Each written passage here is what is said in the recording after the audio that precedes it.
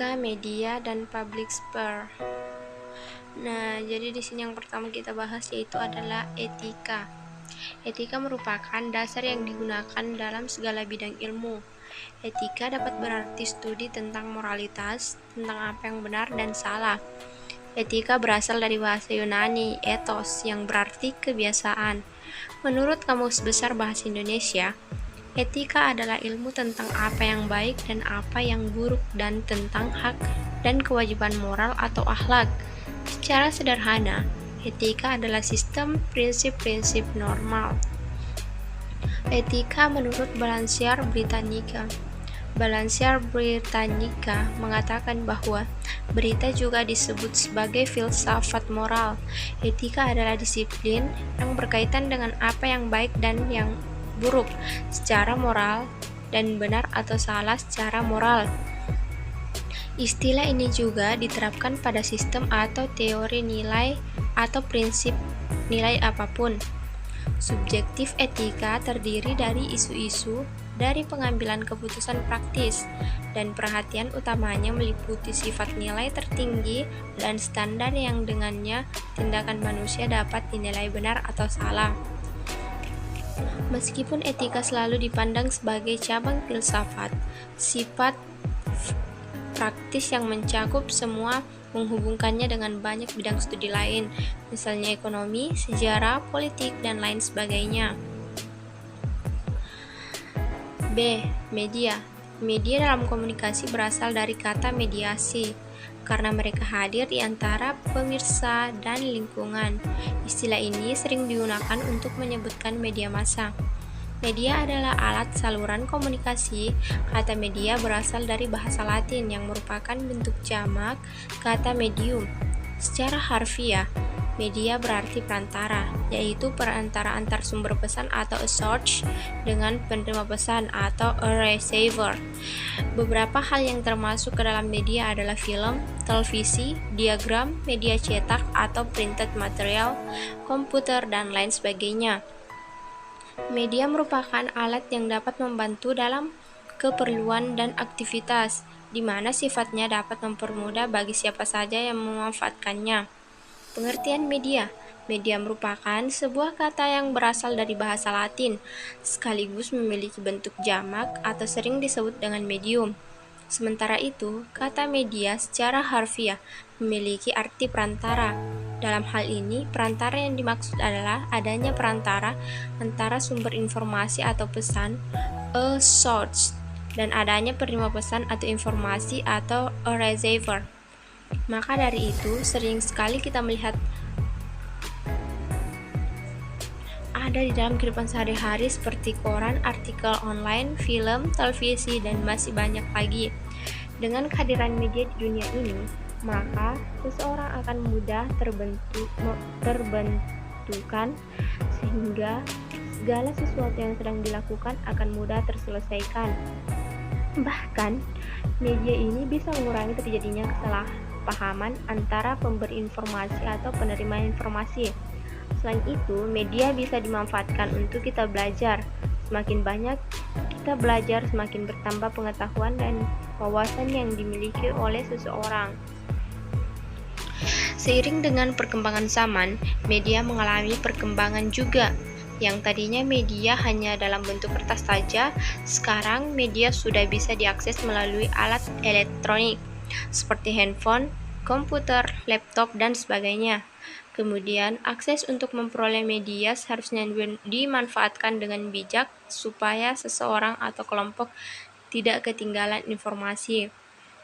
Selanjutnya, pengertian media menurut para ahli. Ahli yang pertama itu ada Scrum. Scrum mengungkapkan bahwa media adalah sebuah teknologi pembawa pesan atau informasi yang sifatnya instruksional, serta bisa dilihat, dibaca, didengar, dan dimanipulasi. Yang kedua ada Leslie J. Brooks. Menurut Leslie J. Brooks, media adalah alat yang bentuknya berupa wujud fisik yang biasanya digunakan pada saat menyampaikan isi materi. Ia juga mengatakan kalau alat yang dimaksud seperti tape recorder, video recorder, gambar kamera televisi, dan grafik komputer. Selanjutnya ada Purnawati dan Eldawati. Purnawati dan Eldawati menyatakan bahwa media adalah segala sesuatu yang bisa dipakai untuk memberikan pesan yang berasal dari pengirim pesan kepada penerima pesan, sehingga penerima pesan yang diterima dapat memengaruhi perasaan, pikiran, dan perhatian siswa dan menciptakan kegiatan belajar mengajar. Fungsi media. Media yang bisa digunakan pada berbagai macam bidang, mulai dari pendidikan hingga politik, dan masih banyak lagi. Adapun beberapa fungsi media secara umum yaitu yang pertama, sebagai sarana informasi bagi masyarakat. Setiap masyarakat pasti membutuhkan yang namanya informasi, karena dengan informasi itu, seseorang atau sekelompok masyarakat bisa menambah wawasan. Fungsi media sebagai sarana informasi ini memudahkan masyarakat mendapatkan informasi. Hanya dengan handphone saja, kamu sudah bisa mendapatkan banyak informasi. Selain itu, informasi bisa juga diperoleh melalui televisi. Semakin banyak informasi yang diterima oleh masyarakat, maka semakin bertambah pula wawasan. Yang kedua, sebagai sarana untuk menyalurkan ide dan gagasan. Fungsi kedua dari media adalah sebagai sarana untuk menyalurkan ide atau gagasan.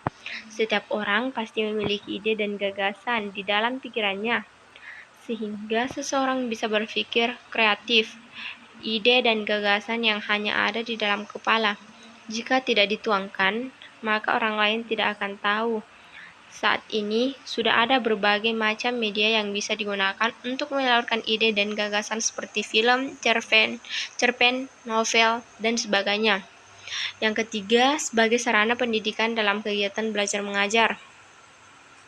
Dalam dunia pendidikan, media bisa dikatakan sangat penting untuk memberikan informasi kepada peserta didik, sehingga guru akan mencari media pembelajaran yang cocok dengan karakteristik peserta didik, serta tidak membuat bosan peserta didik ketika belajar.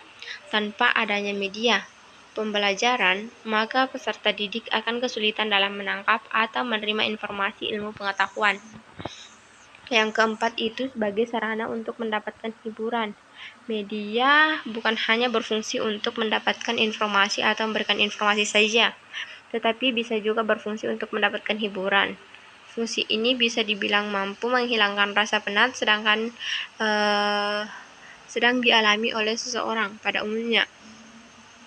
Media yang bisa menghibur seseorang ini berupa film, musik, buku, dan lain-lain. Sebagai sarana pengawas sekaligus pengontrol kegiatan sosial. Fungsi media selanjutnya adalah sebagai sarana pengawas sekaligus pengontrol kegiatan sosial. Dengan adanya media, setiap anggota masyarakat tidak mudah untuk melakukan kegiatan atau tindakan yang membahayakan. Dengan berkurangnya tindakan-tindakan yang membahayakan, maka bisa membuat suatu lingkungan masyarakat menjadi lebih sejahtera. Selanjutnya, public sphere. Ruang publik atau public sphere. Ruang publik adalah wilayah dalam kehidupan sosial di mana individu dapat berkumpul untuk mendiskusikan dan mengidentifikasi masalah sosial secara bebas dan melalui diskusi untuk memengaruhi tindakan politik. Sebuah publik adalah dari atau tentang orang-orang secara keseluruhan. Ruang publik adalah tempat umum untuk semua di mana ide dan informasi dapat dipertukarkan. Diskusi semacam itu disebut debat publik dan didefinisikan sebagai ekspresi pandangan tentang hal-hal yang menjadi perhatian publik. Seringkali, tetapi tidak selalu, dengan pandangan yang berlawanan atau berbeda diungkapkan oleh para peserta diskusi. Debat publik sebagian besar terjadi melalui media massa, tetapi juga pada pertemuan melalui media sosial, publikasi akademik, dan dokumen kebijakan pemerintah terdiri dari orang-orang pribadi berkumpul bersama sebagai publik dan mengartikulasi kebutuhan masyarakat dengan negara.